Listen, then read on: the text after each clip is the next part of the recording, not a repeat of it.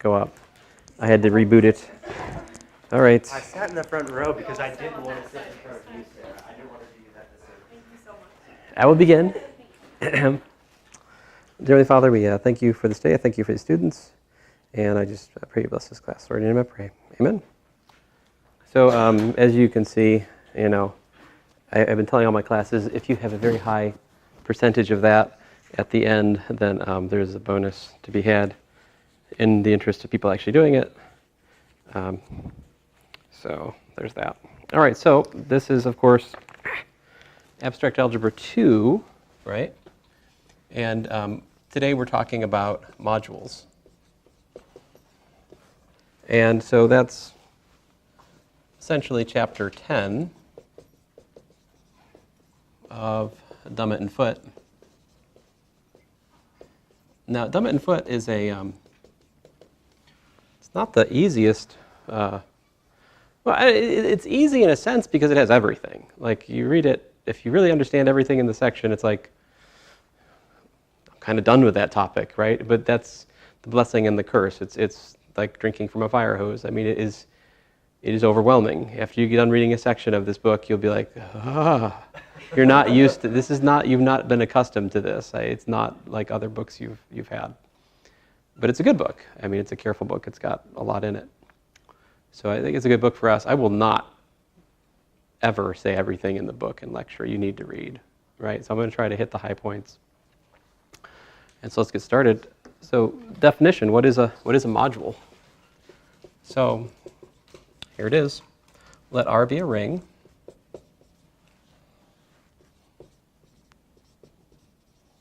All right. Then a left R module over R is a set M. All right. Together with a couple things. Number one, a binary operation.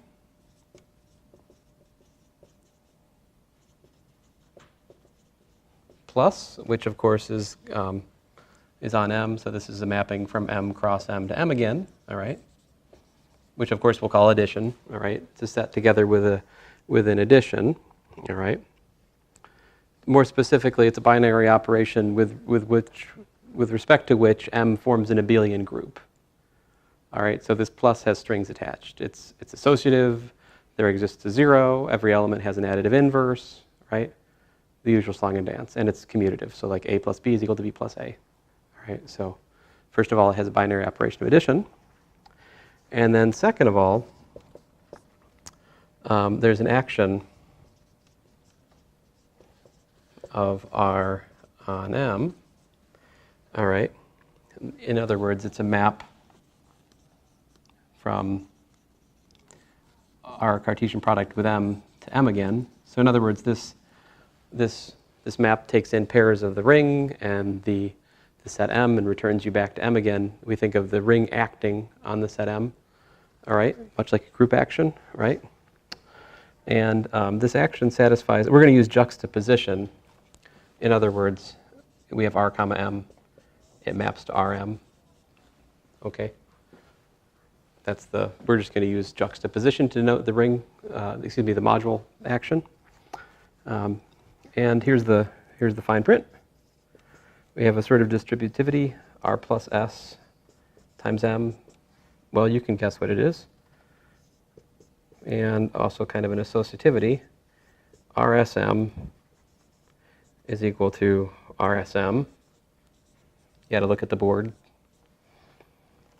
And another kind of distributivity, R times M plus M. I had M plus M. That's Liam's fault. Let's see here, tomato and tomato. See here, to explain the joke, because apparently that joke needs to be explained. See here, RM plus RN. See, now I'm not sure who I'm teasing. All right, so you guys tell me what's on the right-hand side of A. You know. Right. And so these should hold for what? For all R and S in the ring, and for all M and N in the set M. All right. So a lot of times we will refer to the set M as the module, right? M is the module, but technically it's M paired with R and all of this structure that's the module. All right. So does this remind you of anything? Oh, one other thing. If R has unity 1, then also insist that 1 times M is equal to M for all M.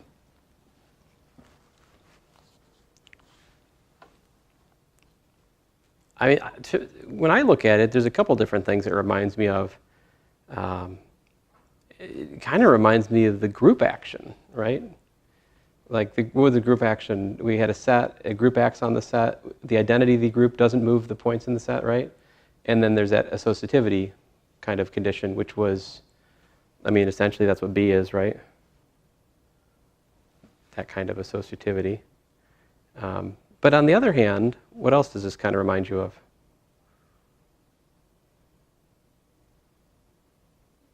How about like Math 321? Isn't this what is required of a scalar multiplication on a vector space? Right? If you have a sum of scalars times a vector, scalar multiplication of a vector space has this structure just the same. So that's my first and probably most useful sort of heuristic for you. If you ask me, what is a module? Well, a module is the natural generalization of a vector space, right? I think you guys know what a vector space is, right? You've made it this far, you know what a vector space is. What's that? A review? Example. By the way, before I get into this example, vector space, but here, Dummett and Foote's using ring in the general sense, so it would be an RNG for us last semester. But by and large, I'm interested in the applications we're interested in. It's almost always the case we're working with a ring with identity, which is commutative. But this concept makes sense for a non-commutative ring and also one without an identity, so an RNG. And generally speaking, you can also talk about a right R module. What would a right R module look like? Instead of having R cross M, you'd have M cross R. And you do like M comma R goes to MR, and you'd act on the right. All right. And so you could also talk about right R modules. Or you could even talk about a bimodule, which let the ring act on the left and the right. In fact, that's what we do in linear algebra, right? We allow ourselves to multiply vectors on the left or the right, and what's our rule? Multiplication on the left is multiplication on the right. It's just a convenience of notation. So that can be done here as well in the right context. But anyway, let's get back to my example. My example would be a vector space, would be an example of a module. So if we had M equal to a vector space V, so a vector space over field F, yeah? Then M is a F module.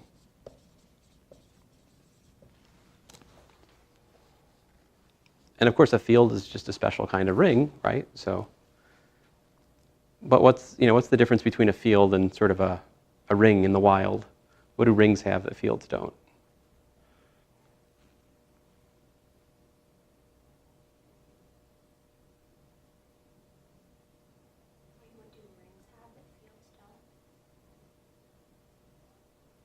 The rings which are not fields.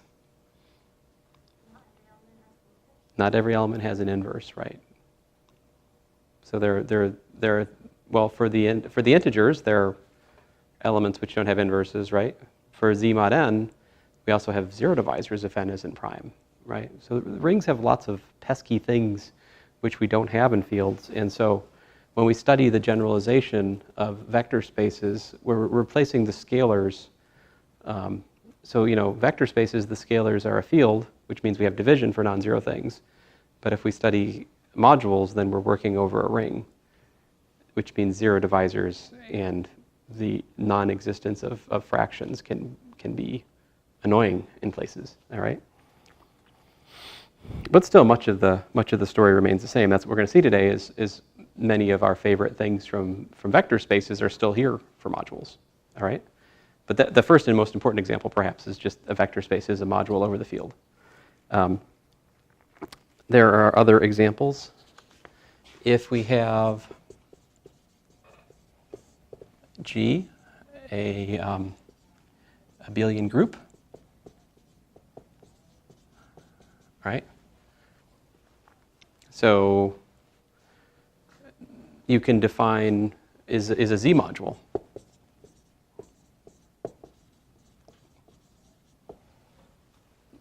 How do you define? What's the so let n be an integer, right? And G be in G. Then what's n times G defined to be?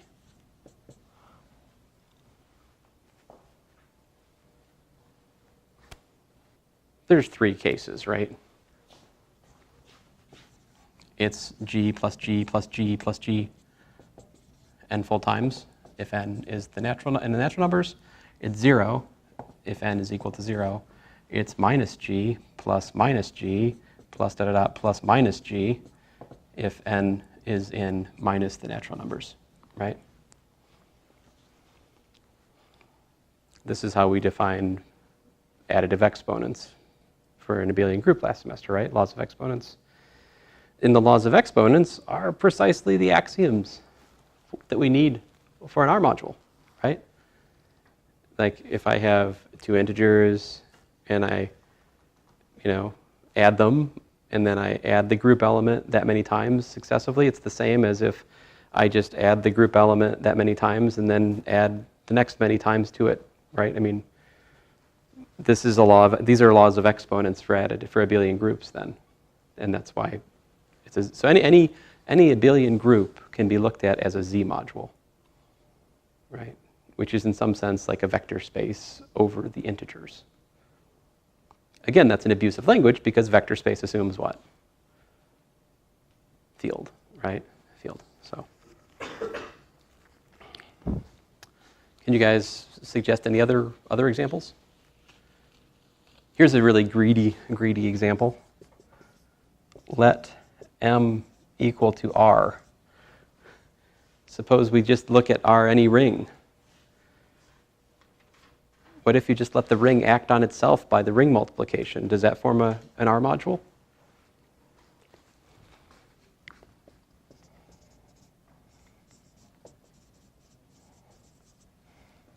What's the rule? It's kind of silly. R times M is, well, I'll just say this, Rm maps to Rm. I mean, I don't even know what to say about this. R and M are both in the ring. We define multiplication of ring elements, so yay. And of course, when M and R and S and N are all from the ring, these things are true because these are part of the definition of a ring, right? So a ring with respect to its own multiplication forms an R module. What if you had a subring?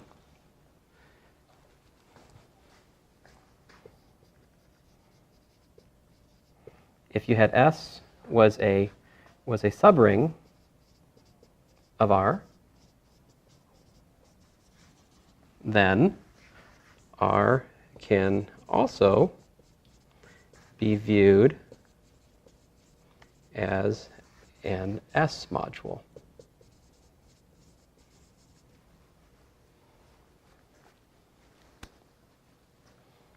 Let me give you a kind of specific example of that in a less, I don't know, scary context. How about this? In the same sense, right? If we have V is a vector space over the complex numbers, right? It's also a vector space over what? Subfields of the complex numbers, right? It can also be viewed as a real vector space or as a rational vector space, because those are subrings of the complex numbers. In the same sense, if S is a subring,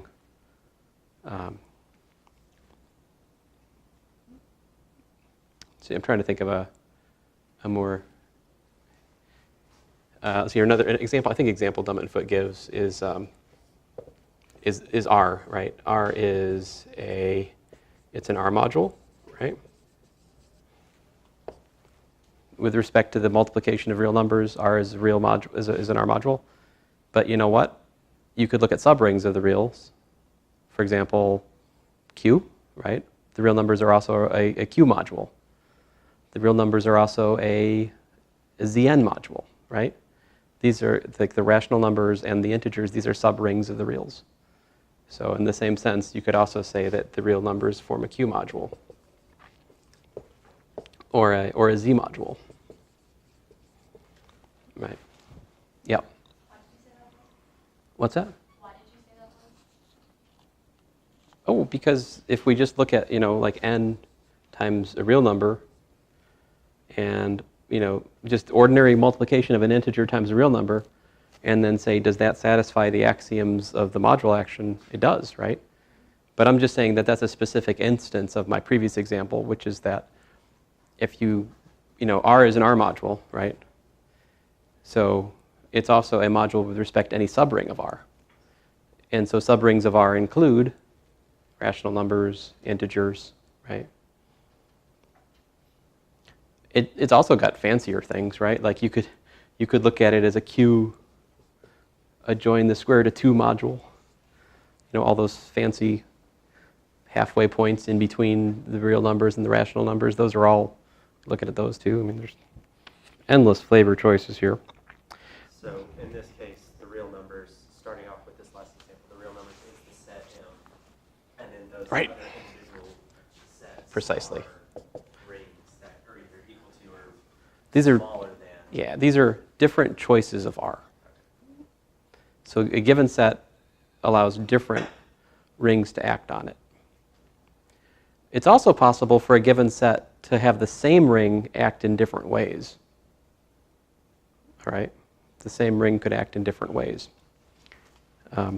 Before I get to that, though, let me just make one more definition here before I forget, which is that a R submodule, what do you think an R submodule of M would be?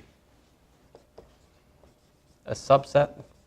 It's going to be a subset of M, which is a R module,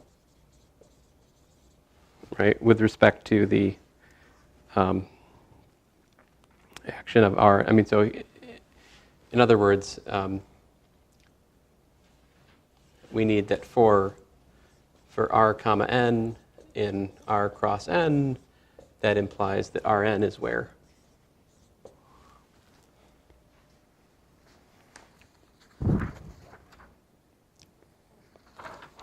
N, right? So in words, N is a subset of M, and it's closed under the module action, right? That would be a submodule.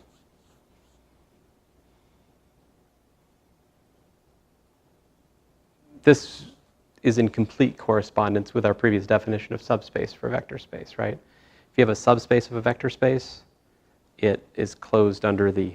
I think I also need... I feel like I'm forgetting something here. Oh, yes. What do we need for a subspace?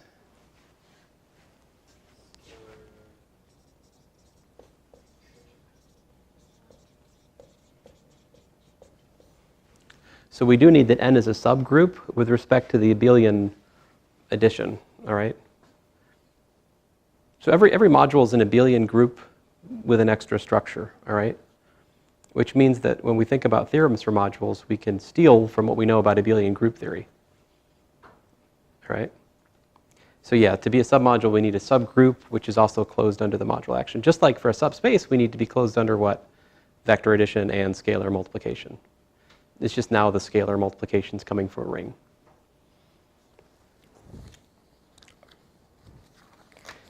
example 5 on page 338 does something a little bit different. It says, I, a two-sided ideal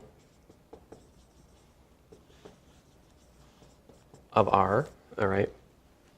So suppose you have an ideal. What does that mean to have an ideal of the ring R?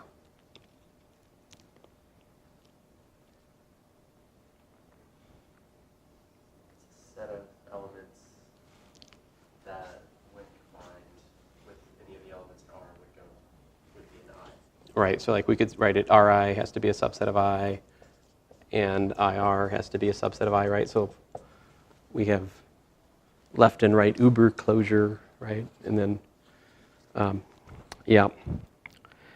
Well, what he has to say here in example 5, suppose you have AM equals to 0. Well, if AM is equal to 0 for all A in the ideal I and M in the module. So here we're also discussing an R module over M again, okay? Still M is an R module. Now we're talking about I being an ideal of the ring. And specifically, it's an ideal such that the module action zeroes out when you multiply things from the ideal, right? Anything, if you take something from that ideal, you multiply by the module, 0, right? That's the case here. Suppose you have that. He says, in this situation, we can make M into an R mod I module.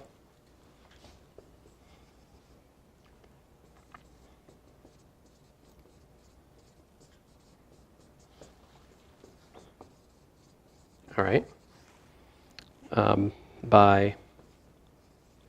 So we let the coset R plus I act on M. How?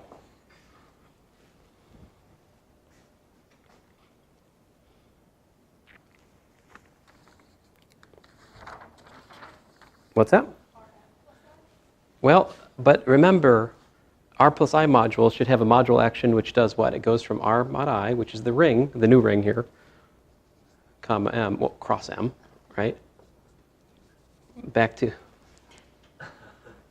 I blame Liam. He's closest to M again, right? So yeah, I mean, what's that? Yes, RM. Yeah.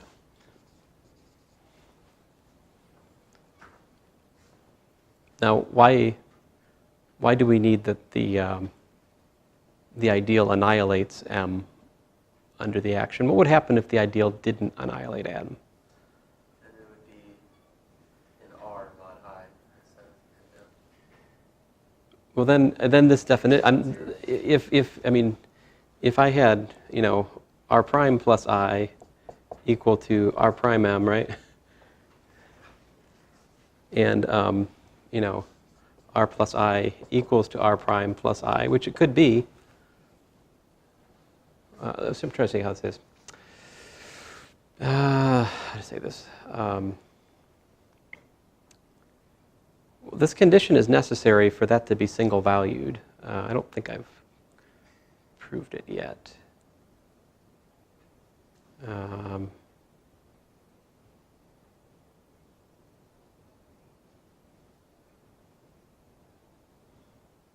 Well, let me attack it slightly. So suppose we had that this was also equal to,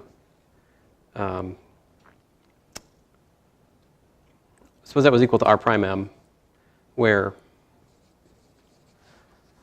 R prime plus I is equal to R plus I. Can we then prove that Rm is equal to R prime M?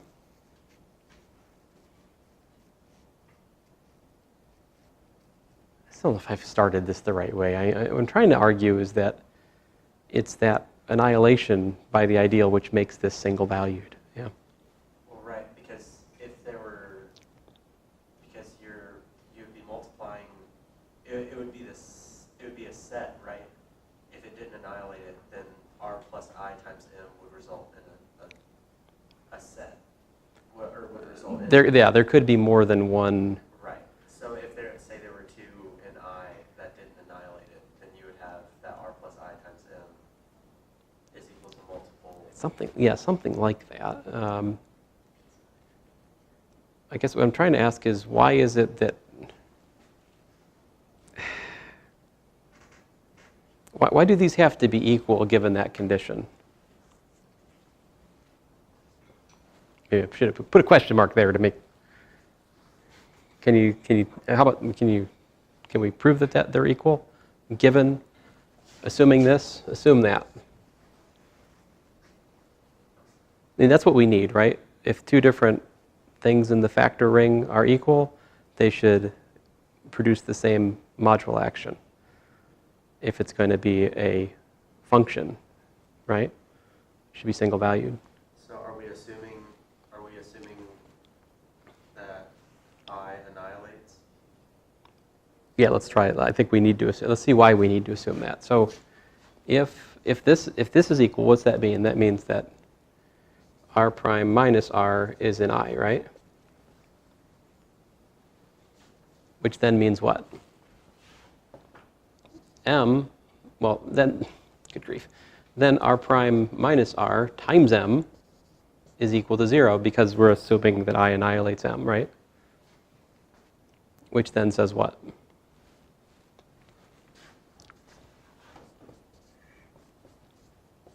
That implies that r prime m is equal to rm, which is to say that the action by the factor ring is single valued. But I think you're right, Liam. If we didn't have it was annihilated, then this rule wouldn't define a single element, it would like define a set of elements, right? And that wouldn't be a function. Okay. Now, a more interesting example. So I said a second ago that we could have a single set M on which a ring could act in really different ways, all right? So one of the most interesting examples, and this example I'm about to show you is, I would say it's a little bit more out there. Like at first glance, this example seems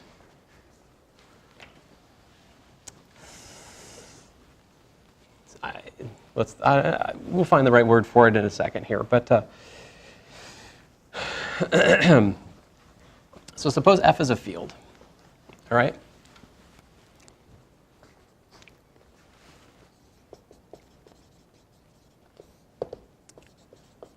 Let F be a field,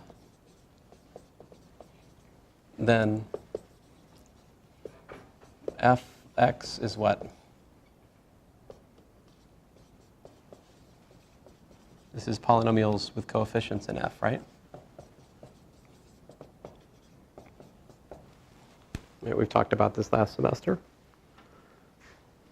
Now, do polynomials over a field form a ring? Indeed, right. So this, we're going to think about this being the ring, which is going to act on some set. And that set we're going to think about is just a vector space. We're going to think about a vector space over F. So let's let M, in this context, be a vector space over F.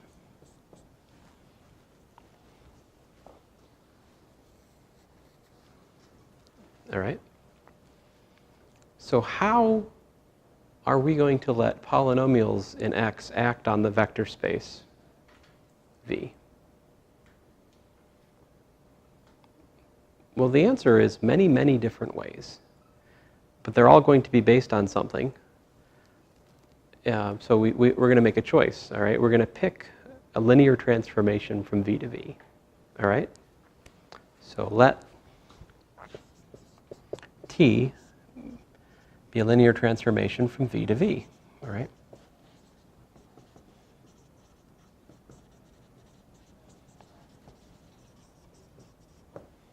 You could say a linear transformation on V, right? A so-called endomorphism of V.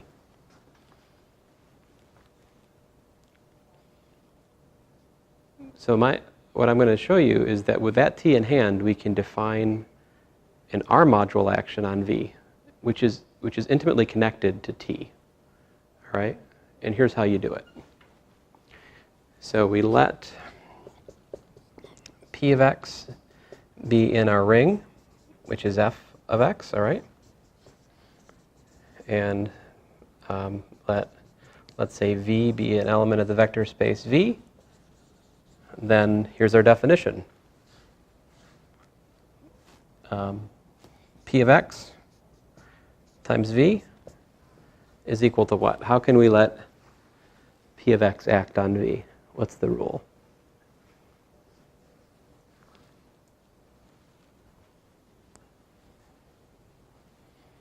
So let me expand it a bit. Let me put the details down. So let's suppose p of x has to form c0 plus c1x plus c2x squared plus plus cnx to the n. We want to let that act on v.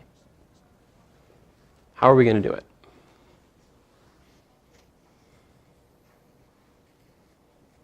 It's got something to do with this linear transformation t.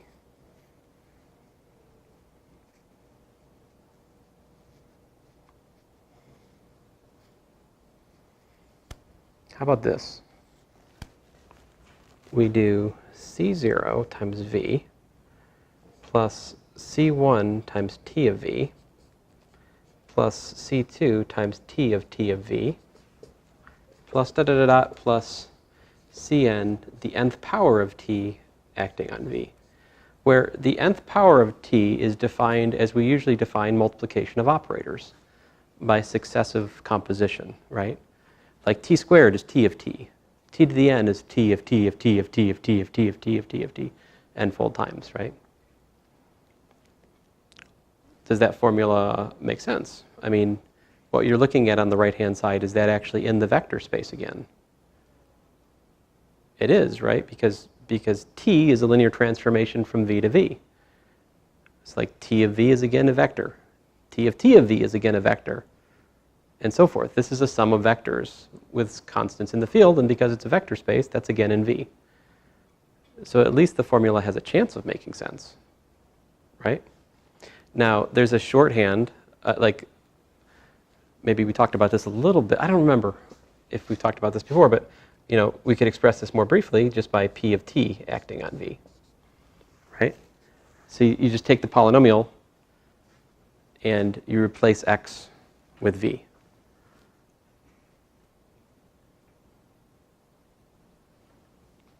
My claim is that this makes the vector space into an fx module. Does that check with the axioms? What do you think? What do we need? Like, is it going to be true that f of x plus g of x acting on v, right? Acting on v, that should be equal to f of x v plus g of x v. Is that going to be true? What does that mean?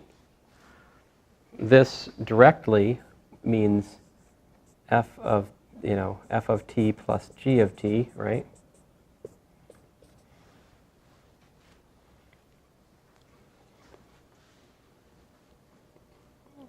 And if you think about the mechanics of that, of plugging in the linear operator into these polynomials and adding them, you can see, in fact, that that rule is true.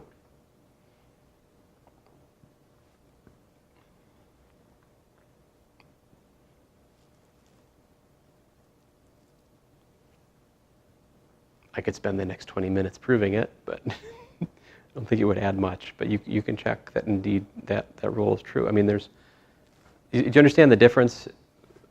On the one hand side, I'm saying add these polynomials, right? You add the polynomials, it gives you a new polynomial. You take that new polynomial, you plug in t to it.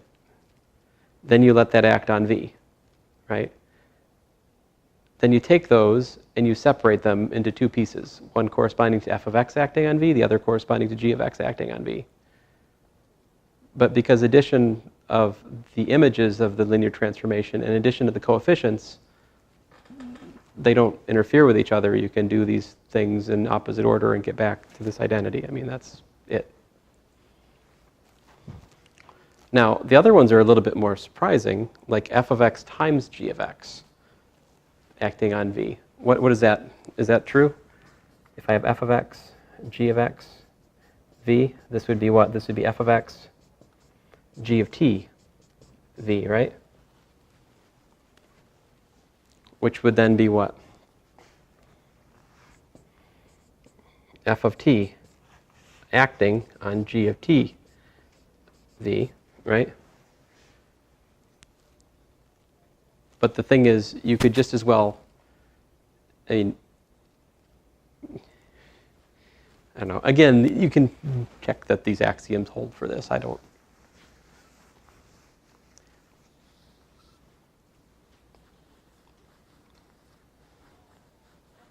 Yeah. In the middle one, why is there an x and t? So what I'm trying to get at here is f of x, like, okay, so let this act on that. So first of all, this acts on that by that, right? But then the way this acts on that is to say f of t of that.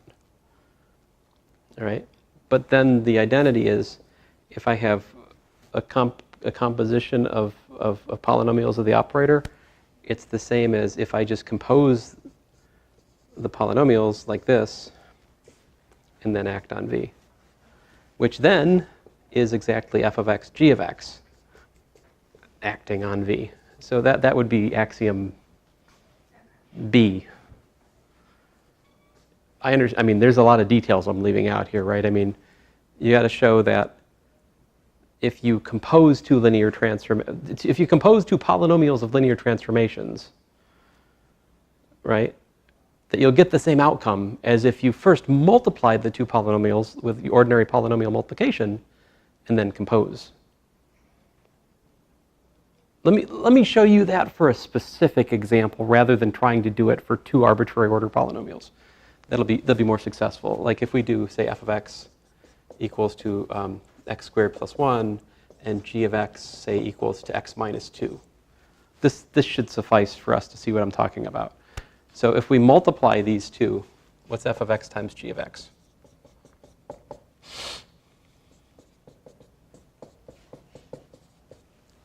We got x cubed minus 2x squared plus x minus 2, right?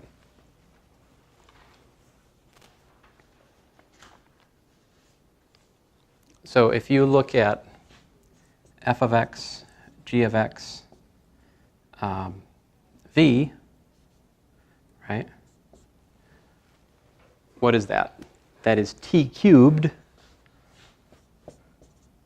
v minus twice t squared of v plus t of v minus 2v, right?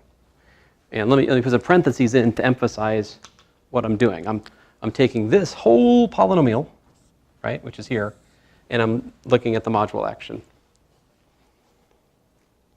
So multiply first, then evaluate. What would the other way? The other way of looking at part B of the definition would be to do first the, let's say first the g of x, and then the other one. Let's look at it. So f of x, g of x, v. In other words, f of x times what? Times, what was g of x? X minus 2. X minus 2x on v, how does that work? That is, by definition, t minus 2 on v, which of course is t of v minus 2v, right? And then the module action of x squared plus 1 on that, how do we define the module action? How does x act on this? We convert x's to t's, right? So that becomes t squared acting on this thing plus 1 acting on that thing. Of course, 1 is just scalar multiplication. And so what we got? Well, we got t cubed v minus 2t squared of v plus t of v minus 2v. As you can see, it doesn't matter, right? We can either first multiply the polynomials, then replace x with t and its composites, or we can replace one factor at a time with t and let it act in composition. The fact that we're looking at a linear operator makes this all happen nicely. Yeah. Now, so let me just summarize what's going on here.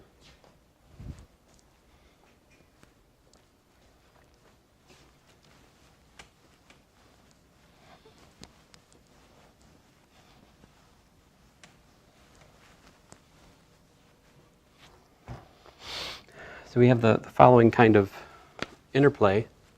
We have V is an fx module, right? That's interchangeable with the following data: V vector space over F, all right? And T goes from V to V, a linear transformation.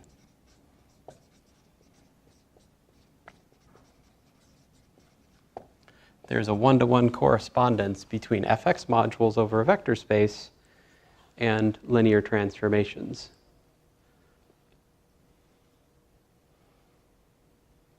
I just showed you in the last 10 minutes how to take a linear transformation and define an fx module. Can you tell me how to go the other way around? What if I give you an fx module structure on a vector space? How would you define the linear transformation?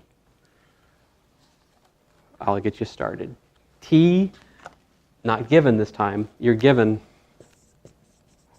suppose you're given, you know, V is fx module, right? And I want you to tell me to define, no, we're defining T of V, what should it be equal to?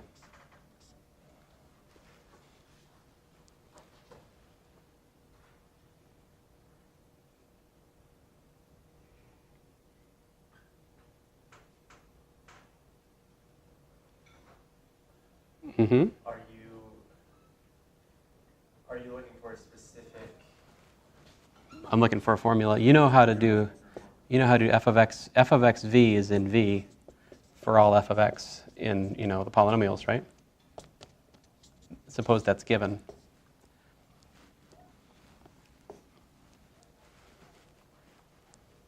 How can you use, I mean, T of V's got to be a vector. What vector do you want it to be?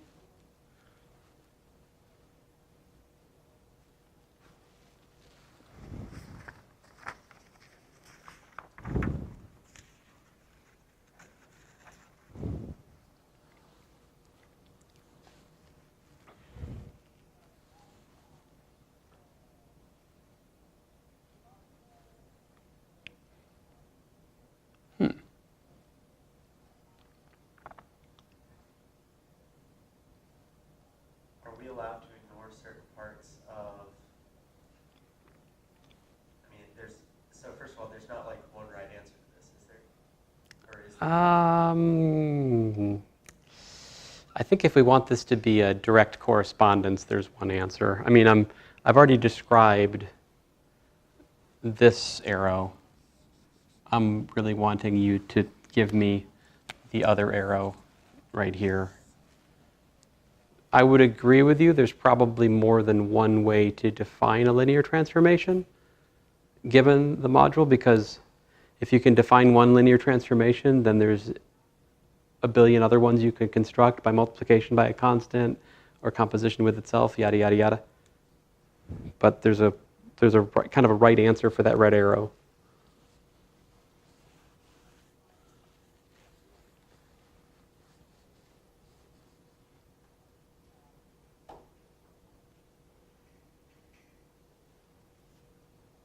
So what do we need for it to be a linear transformation? We need T of like CV plus W to be equal to C T of V plus W, T of W, right? If we have that for arbitrary C and for arbitrary V and W in the vector space, we're good. Here, I'll put you out of your misery. How about this? And you're gonna, nobody wanted to guess? Last chance. I know you have it in you, Bethany. Come on. Is it supposed to like have something with x's, or is it supposed to just? It's got to have something with x's, yeah. Okay. That's all we have to work with here. It's, fx module. So we can take any polynomial and let it act on V, and that gives us the vector again.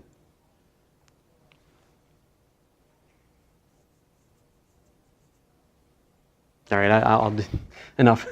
xv.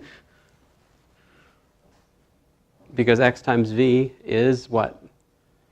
It's a vector, because anything in the R module times something in the set on which it acts is in the set again, which in this case is a vector space. And so this is what? This is, x times cv plus w, but then by the properties of the R module, this is what? C times xv plus x times w. I might have cheated a little bit there, but that, of course, then is C times T of V plus T of W. But yeah, it's just this. Sorry, kind of anticlimactic. But, I mean, come on, this is somewhat silly. For the most part, the application we're interested in is, I give you a linear transformation, you construct an fx module using that linear transformation. And then we can study the fx module and its structure to reveal things about the linear transformation. All right? It turns out that there's a very beautiful theory of the structure of R modules in the case that R is a principal ideal domain, a PID. There's a general classification theorem for modules over a PID. And that same classification theorem will explain the fundamental theorem of finite abelian groups, that thing we looked at briefly in terms of Z mod n parsing into a product of factors like that.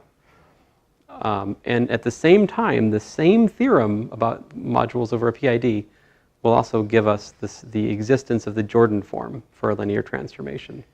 That will be connected with the submodules corresponding to this fx module. All right? It turns out that a submodule to this fx module, it's a subspace on which the linear transformation goes back to itself again. We call those T-invariant subspaces in linear algebra, right? Like if you have W, a subspace, and T of W is a subset of W again, then W, a subspace of V, is said to be T-invariant if that condition is met. That's the condition that's needed for W to be an fx submodule with respect to a given linear transformation T. So that's one of the reasons we're studying modules. I mean, yes, just for the sake of, it's interesting to ask the question, like, how does linear algebra change if you replace a field with a ring? That's an interesting question in its own right?